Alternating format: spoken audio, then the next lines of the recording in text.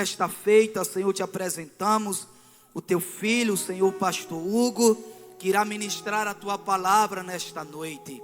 Meu Pai, estamos aqui, Senhor, de gratidão para ouvirmos a tua voz. Fique à vontade, Senhor, para falar ao nosso coração, pois somos carentes de ti, nós somos dependentes da tua presença. Por isso, Senhor, no nome de Jesus, conheces o nosso coração, sabes da necessidade da nossa alma. Por isso, Pai, conduza o teu filho como sempre o Senhor tem feito, usando os seus lábios, iluminando, Senhor, a sua mente e o seu coração para proferir aquilo que o teu Espírito tem, meu Pai, para cada um de nós. Por isso, Senhor, nós cremos que o Senhor é aquele que faz, é aquele que fala, é aquele que age, Senhor. Em nome de Jesus, quem crê diz amém. Glória a Deus. Queridos, graça e paz a todos. Amém, meus irmãos. Abra sua Bíblia comigo lá no Evangelho segundo escreveu São Lucas. Eu gostaria de louvar a Deus por esta oportunidade de estar com os irmãos, de podermos cultuar ao nosso Deus, de podermos adorá-lo na beleza da sua santidade. Louvamos a Deus por esta oportunidade. É sempre uma alegria servir ao Senhor em nossa casa, servir ao Senhor neste lugar em que Deus tem manifestado a sua presença de maneira tão especial. Então, mesmo na ausência, louvo a Deus pela vida do nosso pastor Jean, pela vida da missionária Rosiane, também que aqui está, todos os pastores, pastor Ramos que me acompanha, todos os irmãos e amigos, enfim, saibam da minha alegria de estar aqui com vocês. Já recebi muito de Deus através dos louvores, dos cânticos que foram entoados, e convido você a ler comigo o que se encontra em Lucas capítulo 5, versos 1 até o verso de número 11. À medida que você encontrar, diga amém. Diz assim: aconteceu que estava junto ao lago de Genezaré, que Jesus estava junto ao lago de Genezaré, e a multidão o apertava para ouvir a palavra de Deus. Então ele viu 2 barcos junto à praia do lago. Os pescadores tinham desembarcado e estavam lavando as redes. Entrando num dos barcos, que era o de Simão, Jesus pediu-lhe que o afastasse um pouco da praia, e assentou-se e do barco ensinava as multidões. Quando acabou de falar, Jesus disse a Simão: leve o barco para o lugar mais fundo do lago, e então lancem as redes de vocês para pescar. Em resposta, Simão disse: mestre, havendo trabalhado a noite toda, não apanhamos, mas sob esta sua palavra lançarei as redes. Fazendo isso, apanharam grande quantidade de peixes, e as redes deles começaram a se romper. Então fizeram sinais aos companheiros do outro barco para que fossem ajudá-lo, e foram e encheram ambos os barcos, a ponto de quase afundarem. Vendo isso, Simão Pedro prostrou-se aos pés de Jesus, dizendo: Senhor, afasta-te de mim, porque eu sou pecador. Pois à vista da pesca que fizeram, a admiração se apoderou dele e de todos os seus companheiros, bem como de Tiago e João, filhos de Zebedeu, que eram seus sócios. Então Jesus disse a Simão: não tenha medo, de agora em diante você será pescador de homens. E arrastando eles os barcos para a praia, deixando tudo, o seguiram. Amém. Eu queria que você fechasse seus olhos, inclinasse a sua fronte, e você por alguns instantes orasse ao Senhor, falasse com Deus. Fecha teus olhos. Senhor Deus, graças eu te dou porque tu és bom. Te bendigo pela tua palavra, pela oportunidade de podermos ler, pela oportunidade de podermos expor. Eu quero pedir a tua graça, o teu Espírito, a iluminação do teu Espírito, Senhor. Fala conosco, continua manifestando-se em nosso meio. Nós precisamos mais e mais da tua presença. Em o nome de Jesus. Amém e graças a Deus. Quem pode dizer amém por isso? Queridos, eu gostaria de refletir com você acerca de alguns aspectos da divindade de Cristo. É importante nós compreendermos algumas coisas, esteja atento a isso aqui. Existe uma doutrina, existe um ensinamento chamado de kenosis, com base no que está escrito em Filipenses capítulo 2, versículo 7. Quando diz que Deus, ele sendo, Jesus Cristo sendo em forma de Deus, ele não teve por usurpação o ser igual a Deus, mas ele aniquilou-se a si mesmo. E o termo grego ali para aniquilou-se é kenosis. Ele se esvaziou, ele abriu mão. E naturalmente nós compreendemos que esse abrir mão não fala da sua deidade, da sua divindade, mas apenas das suas prerrogativas e dos seus privilégios. Ele toma a forma de homem e naturalmente ele abre mão de alguns privilégios. Quando nós paramos para estudar um pouco da história, principalmente em meados do século XIX, o século XX, no meio da academia, entre alguns estudiosos, surgiu um desejo, uma procura enorme pelo Jesus histórico. Eles queriam saber quem foi este homem, quem foi este pregador, que no primeiro século da era cristã marcou uma época. E eles começaram a pesquisar. Existiram alguns homens, entre eles um teólogo liberal chamado Rudolf Bultmann, que ele propôs o seguinte: nós vamos estudar Jesus, só que vamos demitologizar, vamos tirar tudo aquilo que é de sobrenatural, aquilo que ele entendia ser mito, aquilo que ele entendia fugir da lógica, e quando ele tira tudo isso de Jesus, naturalmente, ele tem alguém comum, natural, fora de qualquer milagre, fora de qualquer manifestação que chame-nos a atenção. Logo nós não temos o Jesus da Bíblia, o Jesus que nós compreendemos. Se nós queremos saber quem é Jesus, compreender ou estudar sobre Cristo, nós precisamos ter como ponto de partida os escritores inspirados, os evangelistas. E aqui no Evangelho segundo escreveu São Lucas, no capítulo de número 5, ele mostra-nos este Jesus, um Jesus que era homem, um Jesus que naturalmente ele tabernaculou entre nós, ele tomou a forma de homem, o verbo encarnou, mas ele também mostra um outro aspecto de Jesus, que é um aspecto da sua divindade. Ele é homem, mas ele também é Deus. Ele é humano, mas ele também leva consigo na sua natureza a plenitude da divindade habitam nele. E é isso que nós vamos refletir nessa noite. Observe comigo, a Bíblia nos diz que certa feita estava Jesus juntamente com uma multidão de pessoas junto ao lago de Genezaré. O lago de Genezaré era um grande lago, ou mar da Galileia, como você queira chamar. É um grande lago com aproximadamente 23 quilômetros de comprimento por 14 de largura. O William Barclay, quando comenta sobre essa região, sobre essa situação geográfica, ele diz que ao redor do mar da Galileia, no primeiro século, havia aproximadamente 9 cidades, e cada cidade tinha pelo menos 15 mil habitantes. Então eu tenho aqui uma grande multidão de pessoas que vai ao encontro de Jesus, e o evangelista, a partir do primeiro verso, nos diz que essas pessoas estão indo ao encontro de Jesus e começam a comprimi-lo, começam a empurrá-lo para dentro das águas, ao ponto dele não ter nem sequer espaço para que pudesse proclamar. Mas se você observar, irmãos, verso 1, primeiro nós destacamos a primeira característica, o primeiro aspecto dessa divindade, é que diz assim: e a multidão o apertava para ouvir a palavra de Deus. Primeira coisa que eu destaco é que Jesus Cristo, ele é a fonte da verdade, ele é o ponto de partida dessa revelação do próprio Deus. O próprio texto aqui no original, quando fala que eles estavam ali para ouvir a palavra de Deus, o sentido é que ele é a fonte, que é dele que provém, que é dele que emana, que é dele que sai. Jesus Cristo de Nazaré, diferente de todos os sábios da sua época, diferente dos rabinos,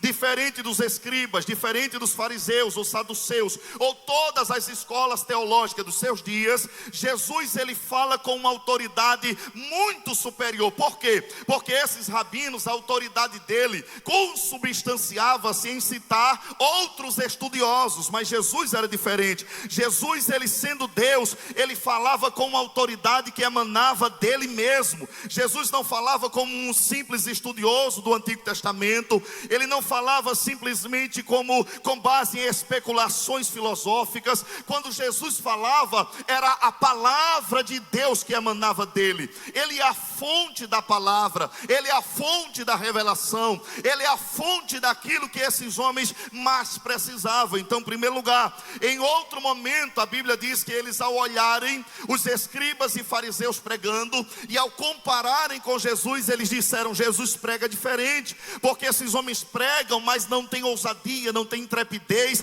parece que não tem graça. Mas quando Jesus prega diferente, a palavra que emana dos lábios dele produz vida, a palavra que emana dos lábios dele produz transformação. Um dia, após um sermão duro, a Bíblia diz que algumas pessoas começam a ir embora. Jesus olha para os seus discípulos e diz: se vocês quiserem, vocês também podem ir, vocês também podem me deixar, vocês também podem me abandonar. E Pedro toma a palavra e diz assim: mas para onde nós iremos, se só tu tens a palavra de vida eterna? Pedro estava dizendo que a palavra que emana, que sai, que provém de Jesus Cristo de Nazaré, ela é uma palavra que produz vida, mudança, transformação, e naturalmente é diferente da pregação de todos aqueles homens que ali estavam. Então, em primeiro lugar, Jesus é a fonte da palavra, Jesus é a fonte do conhecimento, Jesus é a fonte da própria verdade. Escute isso aqui, irmãos.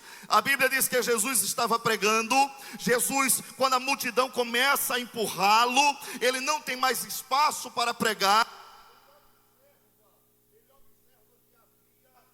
Ele observa que havia alguns barcos que estavam à beira da praia. Alguns barcos que estavam na beira da praia, dentre eles o barco de Simão Pedro. Então Jesus faz o seguinte, conforme o verso de número 3: entrando num dos barcos que era do Simão, Jesus pediu que o afastasse um pouco da praia. Então escute, Jesus não tinha espaço para pregar. Ele pega o barco de Simão Pedro, usa o barco como um púlpito e usa a beira da praia como espaço, como um tabernáculo, como uma igreja, para que ele pudesse pregar a palavra. Todavia, após a sua mensagem, após a sua pregação, Jesus dirige-se a Pedro e ele diz assim a Pedro, conforme o verso 3: Pedro, pega o teu barco e vai ao largo, vai para dentro do mar, vai para o profundo das águas. Eu quero que você entenda que a segundo aspecto da divindade de Jesus que se revela aqui é a sua onisciência. Por quê, pastor? A onisciência, confira comigo o verso de número 4 e o verso de número 5, que diz assim: quando acabou de falar, Jesus disse a Simão: leve o barco para o fundo, para o lugar mais fundo do lago, e então lancem as redes de vocês para pescar. Em resposta, Simão disse: mestre, havendo trabalhado toda a noite, nada apanhamos, mas sob esta sua palavra eu lançarei a minha rede. Irmãos, escute uma coisa. Em primeiro lugar, há um desafio que é proposto aqui. Pedro é pescador juntamente com aqueles que ali estão, os filhos de Zebedeu. E um dos maiores desafios de um pescador é ir para o mar alto e trazer o resultado da sua pesca. É lançar as redes e naturalmente ele trazer os resultados do seu investimento. Todavia, existem momentos que as tentativas são frustradas, que os investimentos não trazem resultado, e é isso que aconteceu. Nós estamos em um momento em que eles passaram uma noite de frustração, lançando redes, tentando pescar, tentando ter resultado, mas não obtiveram. Mas agora de manhã, Jesus Cristo chega e pede o barco de Pedro emprestado. Pedro oferece, Jesus diz: Pedro, está na hora de você tentar uma vez mais, está na hora de de você ir lá dentro. Irmãos, é preciso que nós entendamos uma coisa: mesmo depois de uma noite de frustração, aquele que estava sentado no barco de Pedro é alguém que sabia exatamente onde os peixes estavam. Aquele que estava sentado no barco de Pedro é alguém que é onisciente e que ele conhece onde estão todos os cardumes. É o mesmo Deus que nos diz lá em João capítulo 1 versículo 3 que sem ele nada do que foi feito se fez. Ele tem conhecimento exaustivo da sua criação, ele tem conhecimento profundo da obra das suas mãos. Então ele está dizendo para Pedro: Pedro, eu quero que vocês avancem, vão ao mar alto, porque eu sei onde tem providência, eu sei onde tem milagre, eu sei onde tem socorro, eu sei onde tem auxílio, eu sei onde tem manifestação da minha glória. Irmãos, esse é o mesmo Deus que o escritor aos Hebreus nos diz no capítulo 4 verso 13: não há criatura alguma encoberta diante dele. Pedro passou a noite toda pescando e não conseguiu pegar nada, mas Jesus está dizendo: vai lá, porque eu quero te dizer que eu conheço o que está debaixo das águas, eu sei onde está a provisão, eu sei onde tem cardume, eu sei onde tem milagre para a tua parte, para a tua vida. A Bíblia diz, irmãos, que Pedro, verso de número 5 diz assim: em resposta, Simão disse, repita comigo, mestre. Não, repita com graça, diga mestre. Irmãos, a expressão original mestre aqui, ela só aparece em todo o livro de Pedro aqui, a única vez. Essa palavra mestre, ela traz o sentido de chefe, superior. É uma autoridade que está delegando uma missão, uma função para alguém que é totalmente subordinado. Escute uma coisa, diferente do que acontece no verso 3, quando a Bíblia diz que Jesus vê um barco, que era o de Pedro, entra nele e diz assim: Jesus pediu que o afastasse. O verso de número 5, Jesus não pede. O verso de número 5, Jesus manda.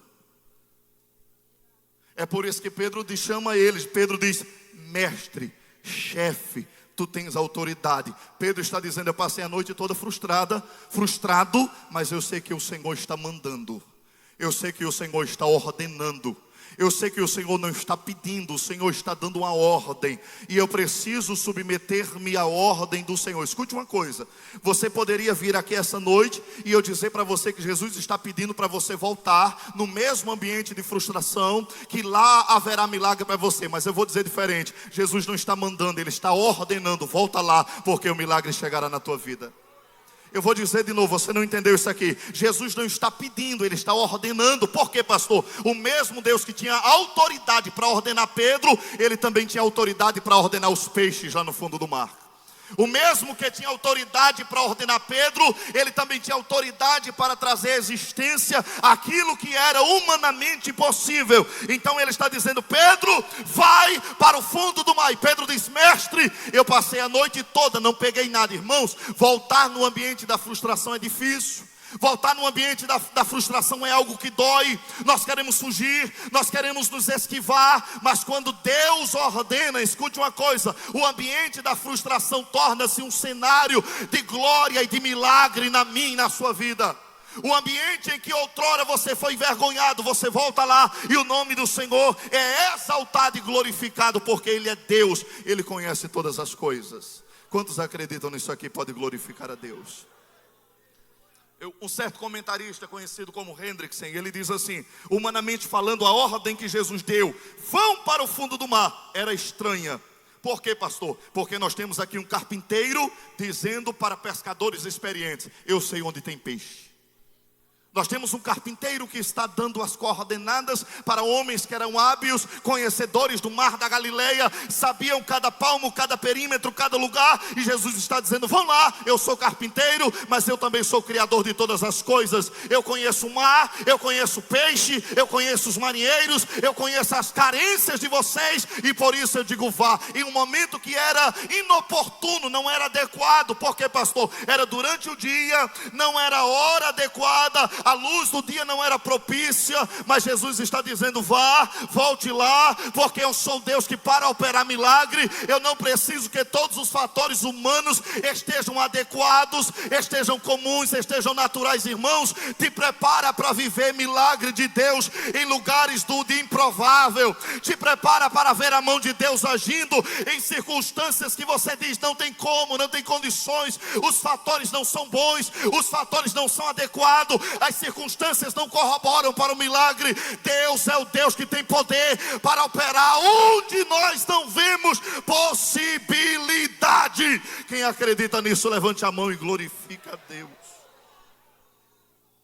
O mesmo Pedro que já lançou as redes para guardar, já estava lavando as redes para guardar, agora debaixo de uma ordem, ele pega aquelas redes e diz: eu vou voltar para o alto mar. O mesmo Pedro que estava lavando as redes, dizendo: hoje não adianta mais, o dia de frustração já acabou, amanhã eu volto, amanhã eu tento. Jesus está dizendo: Pedro, pega essas redes, entra no barco e vamos para o alto mar, porque haverá milagre de Deus para você. Irmãos, entenda uma coisa: não pare. Quando Jesus chega, Ele traz uma nova realidade, as mesmas circunstâncias de dor e sofrimento. Volta, tenta mais uma vez. Talvez a primeira tentativa não foi subordinada à palavra de Deus, à ordem de Deus, à diretriz de Deus, por isso não deu certo. E agora Ele está dizendo: volta no mesmo local, subordinada à minha palavra, e verás a minha mão de Deus agir. Implícito à ordem de Jesus, implícito à ordem de Jesus está pelo menos o fato de que ele sabia que naquele ponto, onde Simão baixasse as redes, haveria abundância de peixe. Como ele sabia, pastor?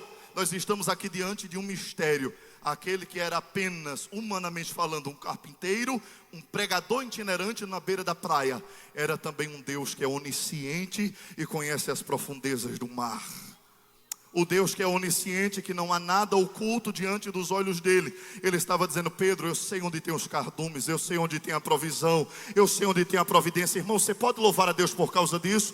Louvar a Ele pelo conhecimento dEle que é pleno, louvar a Ele pelo conhecimento dEle que é completo, louvar a Ele que não existe nada que esteja oculto. Ele é o Deus que sabe exatamente o local, o momento, a hora, a mais adequada. Então é preciso que eu me curvo diante dessa realidade e entenda que Ele é o Deus que conhece todas as coisas. Quem pode levantar a mão e glorificar a Deus pelo conhecimento dEle?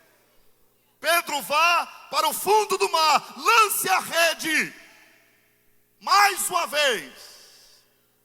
E a Bíblia também revela um outro aspecto: ele não é só a fonte da verdade e onisciente, mas diga assim comigo: meu Jesus, bem forte, meu Jesus também é, diga assim, onipotente.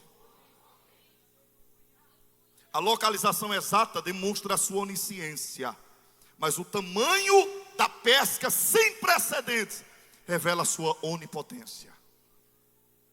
Pedro e os demais, eles ficam extasiados. Olha o que a Bíblia diz, irmãos, versos 6 e 7. Fazendo isso, apanharam grande quantidade de peixes, e as redes deles começaram a se romper. Então fizeram sinais aos companheiros do outro barco para que viessem ajudá-los. E foram e encheram ambos os barcos, ao ponto de quase afundarem. Olha só o resultado sem precedentes.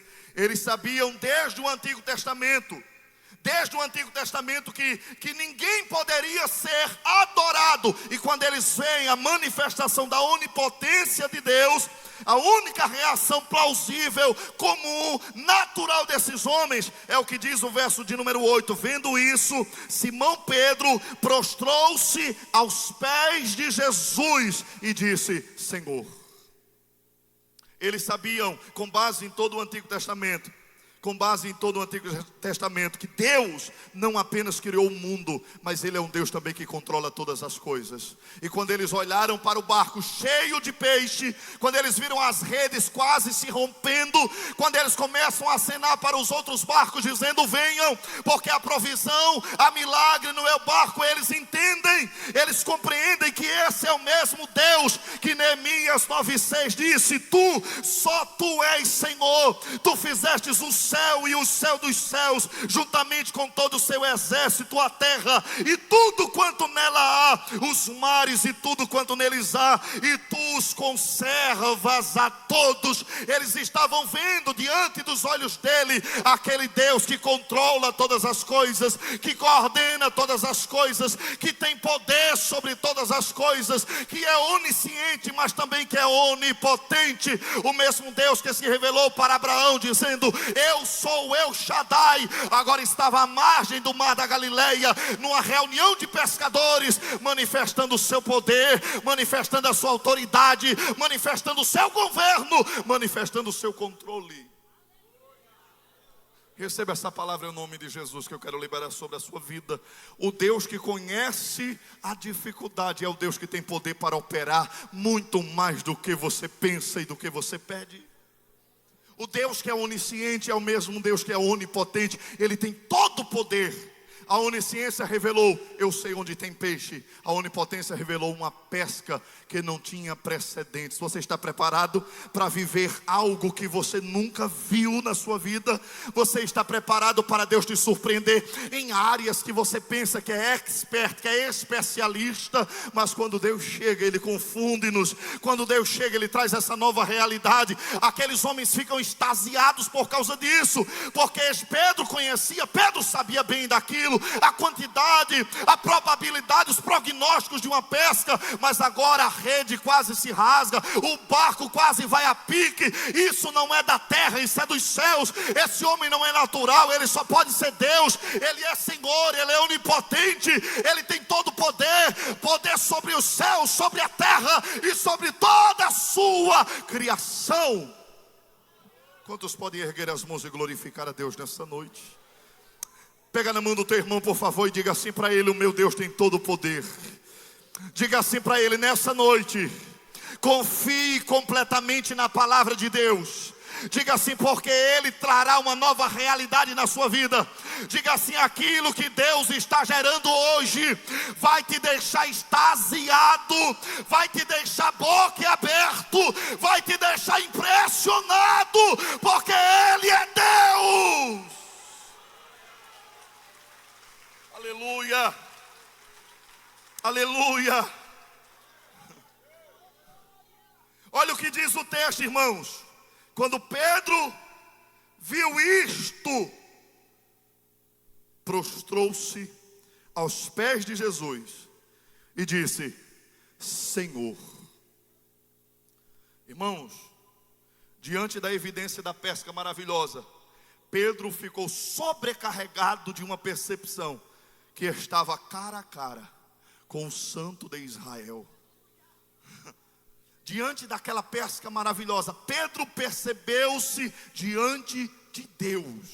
E a primeira coisa que ele faz é prostrar-se e diz: Senhor. O termo grego aqui é Kyrios. Tu és Senhor. Lá no verso 5 ele chama mestre. Ele chama: tu tens poder, tu podes ordenar, tu podes mandar. Mas agora quando ele vê o milagre, ele diz: não, isso não é coisa humana, isto é sobre-humano. Tu és Senhor, tu és Deus, tu és aquele que detém a divindade. Olha o que Pedro está reconhecendo. Pedro plenamente consciente de que ele viu a divindade. E aqui causa uma preocupação, porque quando Pedro olha, quando Pedro vê o milagre e ele se prostra, Pedro tinha consciência de que ele está vendo Deus. Mas tem um problema, é porque se Pedro viu Deus, Deus também viu Pedro. E quando ele pensa dessa maneira: se ele me viu, ele viu as profundezas do meu coração. O Deus que conhece a profundeza do mar também conhece a profundeza da minha alma. O Deus que conhece aquilo que está oculto aos nossos olhos, Ele também me viu, Ele também me esquadrinhou, Ele também examinou o meu ser. E quando Pedro se prostra e chama Deus, ele diz: afasta-te de mim. Pedro viu-se totalmente desnudo diante daquele homem. Pedro viu-se nu, Augusto, diante daquele homem que estava protagonizando este grande milagre. E ele diz: se afaste de mim. Instantaneamente, com a impressão produzida por assombro pelo milagre, Pedro soube em seu coração que o seu mestre, ao mesmo tempo, era seu Senhor, verdadeiramente digno de adoração. Em contraste com este Senhor, Pedro era nada mais do que um pecador. É por isso que Pedro diz: prostra-se e adora, porque Pedro reconhece a sua miséria, a sua condição, a sua situação momentânea. E ele diz: afasta-te de mim, porque eu não sou digno de estar diante da tua presença. Afasta-te de mim, porque eu não sou digno de estar diante do Senhor. Irmãos, quando alguém é confrontado com Jesus, é impossível permanecer neutro. Quando alguém é confrontado com a presença desse Jesus, é impossível permanecer indiferente. Os seus inimigos reagem aos seus milagres com ódio, com injúria, com blasfêmia, com calúnia. Mas quem é verdadeiramente discípulo de Jesus, ele só pode reagir ao milagre de Jesus com reverência, joelhos prostrados, alma rasgada e dizendo: eu não sou digno, eu não sou merecedor, eu não sou merecedor, eu não sou merecedor. Na presença de Deus, do Santo Deus, todo homem vê-se pecador e treme diante da presença dele. Olha o que diz a Bíblia lá no livro de Isaías. Isaías, quando vê Deus, a Bíblia diz assim: Isaías entrou no templo, viu Deus assentado em um alto e sublime trono. As abas das suas vestes enchiam o templo, os serafins voavam e diziam: santo, santo, santo é o Senhor dos exércitos. A Bíblia diz que naquele momento Isaías olha para si e vê-se diante de Deus nu, e ele diz: ai de mim, porque eu vou perecendo, porque eu vi o Senhor. Eu sou um homem de lábios impuros e habito no meio de um povo de impuros lábios. A Bíblia diz que João, quando está na ilha de Patmos, ele diz assim: eu, João, que também sou vosso irmão, estava na ilha de Patmos por causa da palavra de Deus. Quando eu ouvi uma voz que falava comigo, e virando-me, eu vi 7 castiçais de ouro. No meio dos 7 castiçais de ouro, um semelhante ao filho do homem, vestido com vestes compridas. O seu rosto era como o sol do meio-dia, os seus olhos eram como chama de fogo, da sua boca saiu uma espada aguda de 2 fios. Ele tinha os pés como um latão reluzente, ele tinha na sua destra 7 estrelas, e na sua costa estava escrita: Rei dos reis e Senhor dos senhores. E eu, quando o vi, caí como morto aos seus pés. Qualquer pessoa que tem uma experiência com esse Deus, que é o Santo de Israel, primeira coisa que ele vai fazer, ele vai se prostrar e vai dizer: eu não sou digno, Senhor, da tua presença. Eu não sou digno da tua manifestação, eu não sou digno da tua glória, eu não sou digno da tua ação. Irmãos, eu quero que você entenda uma coisa: enquanto Pedro estava arrastando aquelas redes do mar, Deus estava arrastando o próprio Pedro para dentro da sua rede. Enquanto Pedro estava arrastando as redes cheias de peixe, o próprio rei Pedro caiu nas redes daquele Redentor. E deixa eu te dizer uma coisa nessa noite: aquilo que Deus fará na sua vida será tão grandioso que redundará em glórias e louvor ao nome do Senhor. Deixa eu te dizer de novo: você não vai conseguir ficar em pé, vai faltar forças nas suas pernas, você vai bambear com as pernas e vai cair diante dele e dizendo: só o Senhor é Deus, só o Senhor é Deus, só o Senhor é Deus. Levante a tua mão e abre a boca: só o Senhor é Deus. Deixa eu te dizer uma coisa, irmãos: quando Deus se revela, é impossível nós permanecermos da mesma maneira. É por isso que Pedro, diante disso, diz: Deus, afasta-te, vai embora, porque eu não sou digno, eu sou pecador, a tua santidade está me confrontando. Mas revela um outro aspecto da divindade de Jesus. O que, pastor? A sua misericórdia. Porque quando Pedro diz assim, afasta-te, a admiração toma conta de Pedro e toma conta dos demais. Mas o verso de número 10 diz assim, verso de número 11 diz assim, não tenha medo, Pedro. De agora em diante você será pescador de homens. Aterrado com a compreensão da sua condição, Pedro queria distância de Deus. Pedro queria que o Senhor se afastasse. Mas ao contrário disso, Jesus trouxe Pedro para mais perto de si. Sabe o que é que Jesus estava dizendo? Pedro, eu não revelo a minha glória para matar, eu revelo para erguer. Eu não revelo a minha glória para destruir, eu revelo a minha glória para edificar. Pedro, entenda uma coisa, você me quer distante, mas a minha misericórdia está sobre a sua vida, a minha mão está estendida sobre a sua vida. E ele estava atraindo Pedro para mais perto de si, estava dizendo, Pedro, não tenha medo. Irmãos, essa é a mesma reação para João na ilha de Pátmos. Jesus disse, João, não tenha medo, eu sou o primeiro e eu sou o último, o que vivo, e fui morto, e eis que estou vivo pelos séculos dos séculos. O mesmo Deus que é fonte da verdade, que é onisciente, é onipresente, é santo, Ele também é misericordioso. E a misericórdia do Senhor está sobre a sua vida nessa noite. Levante as tuas mãos, só quem acredita que a misericórdia do Senhor está sobre você, só quem tem certeza que a misericórdia de Deus está repousando sobre a sua vida. Eu queria que você abrisse seus lábios e por alguns segundos você adorasse a Deus nessa noite. Eu quero te dizer que nessa noite Deus te trouxe aqui, queridos, não para te envergonhar. Deus te trouxe aqui porque Ele quer revelar-se diante de você. Ele quer que você se prostre em adoração, mas Ele está estendendo as mãos sobre a sua vida e está dizendo, não tenha medo, Pedro, não se desespere, Pedro, não perca a paz, porque eu sou o Deus que estou te chamando, eu sou o Deus que estou te erguendo, eu sou o Deus que estou te levantando. Então te prepara, porque a partir de hoje eu sou o Deus que vou mudar o curso da sua vida.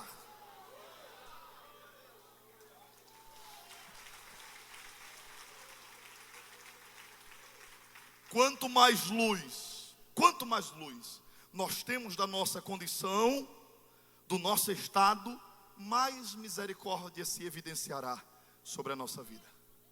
Quanto mais consciência do seu estado diante de Deus, mais a misericórdia do Senhor se evidenciará. Foi isso que disse Davi, a um coração contrito e quebrantado, Deus não despreza.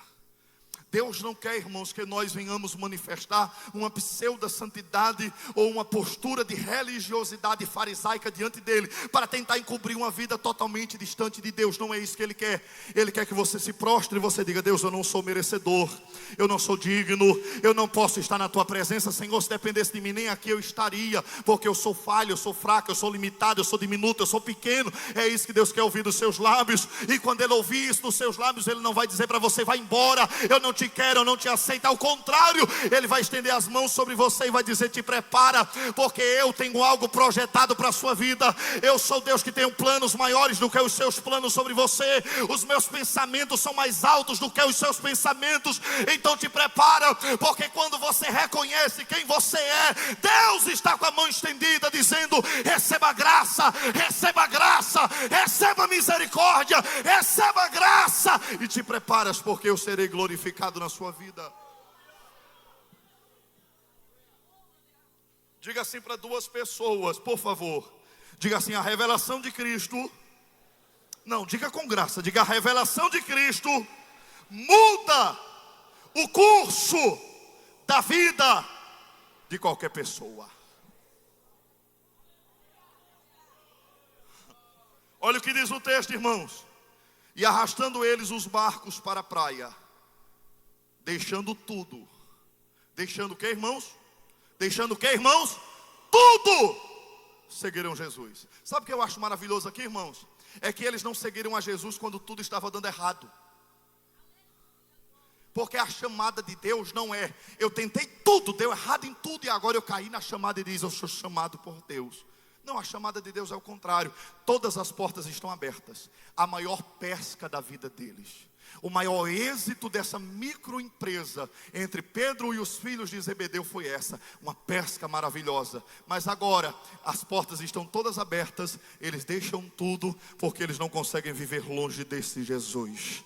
As portas estão abertas, mas Jesus mudou o curso da vida deles. Agora, Pedro, você vai voltar para o mar para pescar? Nunca mais. Agora eu vou, Deus, Ele me encontrou, Ele me alcançou, Ele mudou a minha história, e eu tenho certeza que a partir de hoje Ele também tem planos maiores para a minha vida. Deixa eu dizer uma coisa para você: Jesus vai tomar das suas mãos o mapa da tua vida. Você até hoje tem feito planos, projetos, ideais, você tem anotado no papel, e Deus está dizendo: eu vou arrancar das tuas mãos, porque os meus planos são maiores do que os seus, os meus projetos são maiores do que os seus. Eu vou dizer isso de novo, você não entendeu, você já projetou, planejou, arquitetou, sonhou, idealizou, mas Jesus está dizendo: te prepara, porque eu vou mudar a tua história, eu vou mudar o curso da tua vida.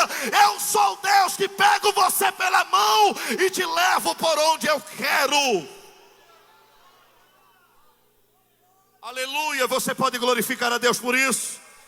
Você pode glorificar a Deus por isso nessa noite? Você pode abrir a sua boca e adorar a Deus nessa noite? Porque quando Jesus se revela para alguém, Ele muda o curso da vida dessa pessoa. Veja Paulo em Atos capítulo 9. Paulo sai de Jerusalém respirando ameaças e morte, pega cartas, tem direito de ir nas sinagogas de Damasco, prender os crentes, manietá-los, amarrá-los e levá-los presos. No caminho, a Bíblia diz que uma luz mais forte do que o sol do meio-dia aparece, e uma voz diz: Paulo, Saulo, Saulo, por que você me persegue? A Bíblia diz que naquele momento, aquele homem que saiu como sendo perseguidor da igreja, agora ele volta para Jerusalém e começa a pregar. Aquele homem que saiu cheio de planos terríveis no coração, Jesus estava dizendo: eu vou mudar você completamente, Pedro. Você não vai ser o mesmo. Irmãos, não fique surpreso se aquela pessoa que te persegue amanhã estiver do seu lado glorificando a Deus. Não fique surpreso se aquele patrão que persegue você, se aquela pessoa que pega no teu pé, não fique surpreso, porque se Jesus marcar um encontro, Ele muda o curso da vida dele, Ele muda o curso da vida dela. Ele é o Deus que muda o rumo, e eu dou graças a Deus porque eu estou aqui com pessoas que não estão andando sem rumo. Ao contrário, existe um Jesus que está te guiando, existe um Jesus que está te conduzindo, existe um Jesus que está te levando. É esse Jesus da Bíblia. Jesus disse: Pedro, largue tudo, porque a partir de hoje você será pescador de homens ou de almas. Pastor, qual é a diferença de ser pescador normal e pescador de almas? O Isbe, quando comenta esse texto, ele diz assim: Pedro até então, ele pegava peixe vivo para matar. A partir daquele dia, ele pegaria homens mortos para dar vida. Pedro até então pegava peixes vivos para trazer morte, mas a partir daquele dia, ele pegaria homens mortos para dar-lhes vida. Jesus mudou o instrumento, tirou da mão dele uma rede e colocou um cajado. Jesus tirou dele o barco, mas lhe deu os campos missionários. É isso, irmãos, que Jesus está querendo fazer comigo e com você nessa noite. Ele está dizendo para pessoas aqui: te prepara, porque eu sou o Deus que vou mudar o rumo da tua vida. Pessoas que até então não compreenderam, mas esse mesmo Deus que tem visto, que tem sondado, é o Deus que opera, é o Deus que é milagroso, é o Deus que manifesta-se, mas é o Deus que muitas vezes nos convida a largar tudo, porque aquilo que Ele tem para mim e para você é melhor. Ele nos convida a largar tudo, porque o que Ele tem estabelecido para mim e para você é muito melhor. Fica de pé comigo, quero orar com você. Pedro pescou muitos peixes, mas lá em Atos capítulo 2, a Bíblia diz que após o dia de Pentecostes, a manifestação do Espírito, no primeiro sermão que Pedro prega, a Bíblia diz que quase 3.000 homens se converteram ao Senhor Jesus. Era Deus confirmando para ele: Pedro, eu te falei que mudaria o teu ministério. Eu te farei que mudaria a eficácia do teu chamado. E foi isso que Deus fez com ele. Segura na mão do teu irmão, por favor. Eu quero orar por pessoas que até hoje, têm vivido frustrações em várias áreas. Pessoas que têm tentado, que têm investido, mas não têm conseguido. Não têm conseguido. Mas nessa noite Deus te trouxe aqui porque Deus está dizendo: o que eu tenho para você é muito melhor. É um Deus que antes de nos fazer pescadores de homens, Ele vai lá e nos pesca nesse mar. Aramandai assorebecanta labai assai. Eu queria que você aproveitasse esse momento. Antes eu queria saber, em nosso meio nós temos pessoas não evangélicas? Levante a sua mão se tiver. Temos pessoas que não são evangélicas, estão afastadas. Temos aqui na frente uma pessoa, duas. Aí atrás nós temos alguém, tem uma jovem aqui, algumas pessoas. Eu queria perguntar a vocês que levantaram as mãos, se nessa noite vocês querem vir aqui à frente, fazer uma aliança com o Senhor, entregar a vida de vocês a esse Deus, a esse mesmo Jesus que tem visto e tem contemplado as frustrações na vida de vocês, as tentativas frustradas e perdidas. E eu tenho certeza que nessa noite Ele quer mudar o curso da vida de cada um de vocês que ergueram as suas mãos. Onde está a primeira pessoa nessa noite que eu quero orar pela sua vida? Venha, nós temos aqui algumas pessoas. Aplauda ao Senhor mais forte, porque Ele é merecedor.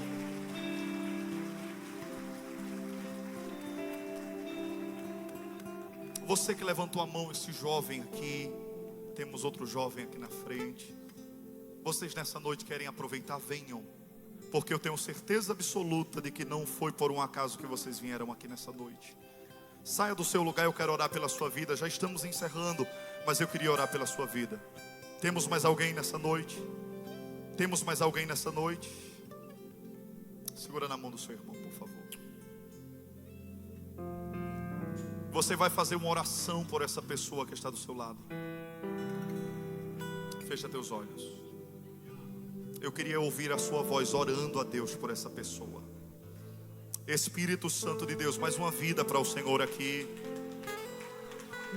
Você pode glorificar a Deus, irmãos. Você se alegra nessa noite porque Jesus está salvando. Aleluia! É noite de jogar a rede, é noite de arrancar aqueles que estavam mortos e da vida. Aleluia! Fecha teus olhos. Eu queria que você orasse a Deus nesse momento. Comece a interceder a Deus por essa pessoa que está do seu lado. Comece a clamar ao Senhor por ele, por ela. Comece a dizer: Deus, visita o meu irmão. Visita com a tua graça, com a tua presença, com o teu Espírito Santo. É noite de redirecionamento de Deus para a tua vida. É noite de novas direções de Deus para a tua vida. É noite de Deus te levar e te conduzir a ambientes de frustrações de outrora. E Deus está dizendo: te prepara, porque os resultados serão tremendos. Te prepara, porque os resultados serão grandiosos. Porque eu sou o Deus que estou direcionando a tua vida. Abre a tua boca, vai glorificando a Deus por alguns instantes. Levante as tuas mãos bem alto enquanto os meninos louvam ao Senhor. Abre a tua boca e vai glorificando a Deus nessa noite. Eu queria ouvir a igreja glorificando a Deus nessa noite. Abre a boca, querido. Abre a boca para adorar a Deus nessa noite, se você pode. Vai dizendo glória a Deus, vai dizendo aleluia, vai dizendo sim, Espírito Santo de Deus. É isso que eu preciso. Deus conhece a tua estrutura, sabe o que está fazendo. Abre a tua boca e adora o Senhor nessa noite. Mesmo que seja difícil, não pare, Ele está vendo. Colhe todas as suas lágrimas e mandou-te falar. Pega o que Ele te entregou. Levante as suas mãos bem alto e diga: quem mandou largar a rede? Oh, Espírito Santo de Deus. Quem mandou nos separar?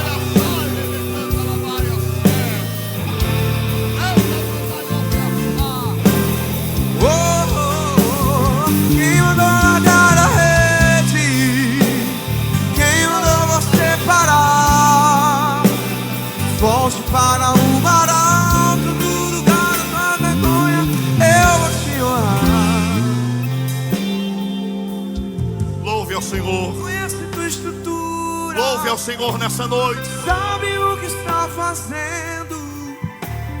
Mesmo que seja difícil, não pare, Ele está vendo.